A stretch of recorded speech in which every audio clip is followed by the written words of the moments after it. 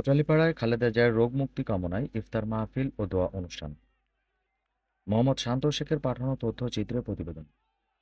বাংলাদেশ জাতীয়তাবাদী দল বিএনপির চেয়ারপারসন বেগম খালেদা জিয়ার রোগ মুক্তি কামনায় গোপালগঞ্জের কোটালীপাড়া উপজেলায় ইফতার মাহফিল ও দোয়া অনুষ্ঠিত হয়েছে। আজ উপজেলা বিএনপির আয়োজনে শেখ লুৎফর রহমান আদর্শ সরকারি কলেজ মাঠে এই ইফতার মাহফিল ও দোয়া অনুষ্ঠান অনুষ্ঠিত হয়।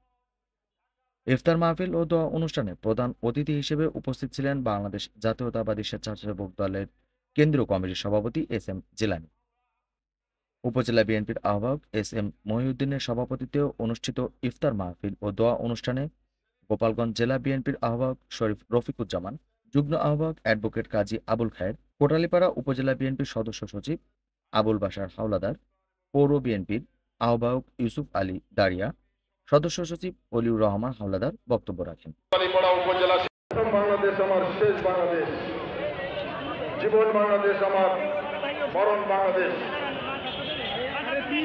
বাংলাদেশ জাতীয় ঘোষণার জন্য, যাকে দেখার জন্য কোটালীপাড়ার মানুষ দীর্ঘ 16 বছর প্রতীক্ষায় ছিলাম। আমাদের দুদিন নির্বাচন করেছে, বিরুদ্ধে মামলা দিয়েছে, আমাদের আগের দিনকে ষড়যন্ত্র করে আমাদেরকে অ্যারেস্ট করেছে। আমরা আমাদের ভোটে আমরা চেঞ্জারে যেতে পারি নাই। ইনশাআল্লাহ আগামী নির্বাচনে সঠিকভাবে নির্বাচন হবে।